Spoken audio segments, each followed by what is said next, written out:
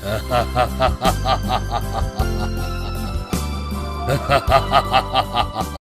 बार की बात है, राजनगर नाम के गांव में एक स्कूल था। स्कूल काफी समय से बंद था। उसी गांव में एक सेठ रतनलाल रहने आते हैं। रतनलाल स्कूल को देखते हैं और अपने चपरासी धनिया से बोलते हैं, अरे धनिया, ये तो बहुत ही सुंदर गांव है, लेकिन इस गांव के बीचों बीच ये वीरान स्कूल कैसा है? सेठ जी, मुझे पता था आप इस बारे में जरूर पूछेंगे, इसीलिए मैंने सब पता कर लिया है। ये स्कूल बहुत पुराना है और इसके मालिक आपकी ही तरह शहर में रहते हैं और इस स्कूल की देखभाल न होने के कारण ये ऐसा हो गया है। ये तो बहुत ही अच्छी बात है। इतने बड़े गांव में एक भी स्कूल नहीं है। अगर मैं इस स्कूल को खरीद लूं और चालू कर दूं, तो इस गांव में रहते रहते मेरी अच्छी कमाई भी हो जाएगी। ऐसा सोचकर रतनलाल शहर जाकर स्कूल के मालिक विशंभर से मिलता है। विशंभर रतनलाल की बात सुनकर हैरान हो जाते हैं और बोलते हैं, रतनलाल जी, आप उस मनहूस स्कूल को खरीदना चाहते हैं? मेरे हिसाब से आपके पास या तो बहुत पैसा है या तो आप पागल हैं। खैर, मुझे क्या।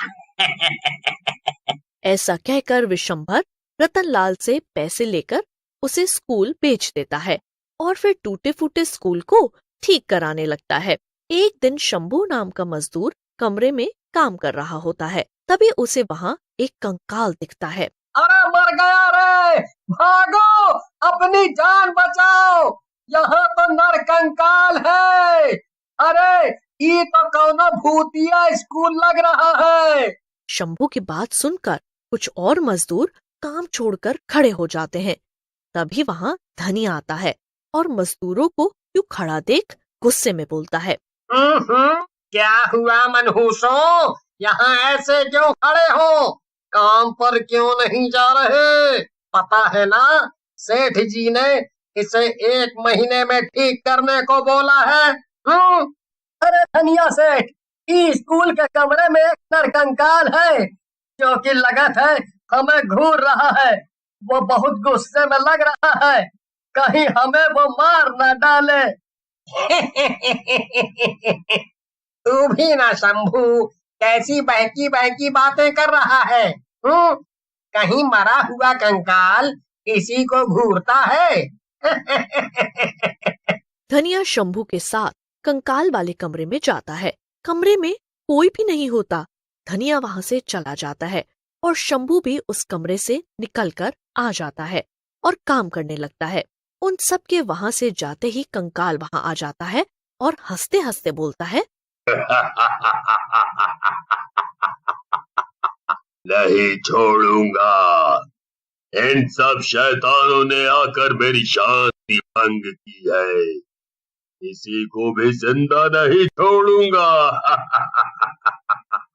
ऐसा कहकर कंकाल फिर से गायब हो जाता है। रात हो जाती है। धनिया अपने कमरे में अपनी पत्नी लता के साथ लेटा होता है, लेकिन उसे नींद नहीं आ रही होती। ये देखकर लता धनिया से कहती है, क्या हुआ जी? आप इतनी रात को जाग रहे हैं? सब कुछ ठीक है ना? लता की बात सुनकर धनिया लता को सब कुछ बता देता है, जिसे सुनकर लता बोलती है, ये तो सचमुच बहुत ही डरावनी बात है। मुझे लगता है आपको वहाँ पर काम नहीं करना चाहिए। पता नहीं कब से स्कूल बंद है और न जाने कैसी कैसी प्रेतात्माएं उसमें रहती होंगी। फिर लता के समझाने पर धनिया सो जाता है और अगले दिन काम पर नहीं जाता है। और उसी दिन रामू नाम का एक मजदूर उस स्कूल के अंदर काम करता हुआ मर जाता है। ये बात जब धनिया को पता चलती है तो वे सरपंच जी को जाकर बोलता है, कैसी बातें कर रहे हो बेटा धनिया? मैं सेठ जी को कैसे मना कर सकता हूँ स्कूल को बनाने से? उन्होंने स्कूल खरीदा है, वो जैसे चाहे उसका इस्तेमाल कर सकते हैं। और रामू की मौत तो दिल का दौरा आने से। और तो और सरपंच जी, आपने शायद रामू की लाश नहीं देखी। वो पूरी की पूरी काली पड़ गई थी, जैसे किसी ने उसका खून पी लिया हो। अगर ऐसी बात है तो मैं आज ही सेठ जी के पास जाकर इस बारे में बात करता हूँ। फिर सरपंच सेठ रतनलाल के पास जाते हैं और धनिया और रामू के साथ हुई घटना के बारे में बताते हैं, जिसे सुनकर रतनलाल हंसने लगता है। रतनलाल के समझाने पर और उसके दबाव के कारण सरपंच चुपचाप अपने घर आ जाते हैं। उसी रात स्कूल के छत पर वही कंकाल आ जाता है और हंसते हुए बोलता है, इन गांव वालों ने मुझे जगाकर अपनी मौत को बुला लिया है। इस पूरे गांव को मैं शमशान बना दूंगा। एक भी गांव वाले को जिंदा नहीं छोड़ूंगा। इसके बाद तो मानो जैसे गांव की शामत ही आ जाती है। हर रोज गांव में किसी न किसी इंसान की लाश मिलने लगती है और हर लाश का कोई न कोई अंग गायब होता है। तभी वहां धनिया आ जाता है और बोलता है, देखा, मैंने बोला था उस स्कूल में कुछ गड़बड़ जरूर है, क्योंकि मैंने अपनी आंखों से उस खूनी कंकाल को देखा था। वो मुझे घूर रहा था और मुस्कुरा रहा था। वो बहुत ही डरावना और खतरनाक है, लेकिन तब किसी ने मेरी बात नहीं मानी। अब भुगतो। लेकिन भैया, आप खुद ही सोचो, कभी कंकाल बोल सकत है, हंस सकत है? अरे हमें तो अब कछु समझ नहीं आ रहा है। हाँ, तुम लोग अपनी अपनी समझ दिखाते रहो और वो कंकाल पूरे गांव को शमशान बना देगा। देखना, देखना, इस गांव में कोई नहीं बचेगा। हाँ।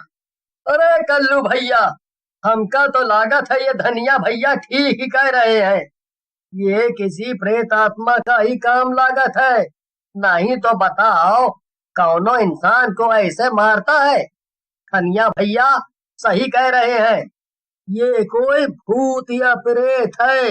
हाँ, चलो चलो, हम एक बार के लिए तुम दोनों की बात मान भी लें कि ये एक प्रेत या भूत है, लेकिन हम इसका मुकाबला कैसे करें, बताओ। फिर धनिया बाकी गांव वालों को इकट्ठा करके सरपंच के पास जाता है। सरपंच जी, आपको तो पता नहीं, लेकिन धनिया भैया और सारे गांव वालों का ये मानना है कि ये उस स्कूल की मरम्मत में मिले कंकाल का काम है। अब कैसे भी हो, हम गांव वालों को इस कंकाल को रोकना होगा। हाँ। देखो लल्लू, हमें इस बारे में कुछ नहीं पता है, लेकिन जब तुम सब लोग ऐसा कह रहे हो तो मैं भी इस गांव का हिस्सा होने के नाते तुम्हारे साथ हूँ। अगले दिन धनिया एक तांत्रिक के पास जाता है और उसे गांव में हो रही घटनाओं के बारे में बताता है।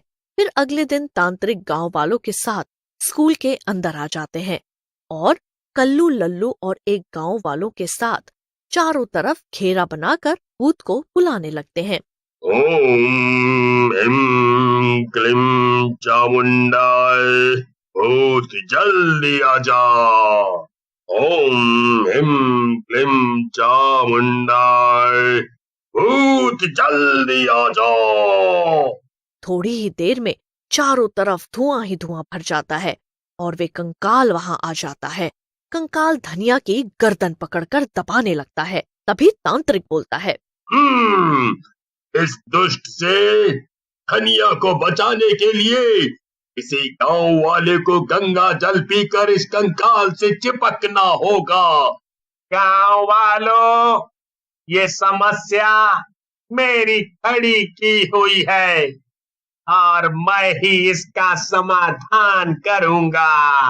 ऐसा कहकर सरपंच कंकाल से चिपक जाते हैं और कोई कुछ समझ पाता, कंकाल और सरपंच दोनों जलने लगते हैं और थोड़ी ही देर में जलकर खाक हो जाते हैं और गांव वालों को उस खूनी कंकाल से मुक्ति मिल जाती है।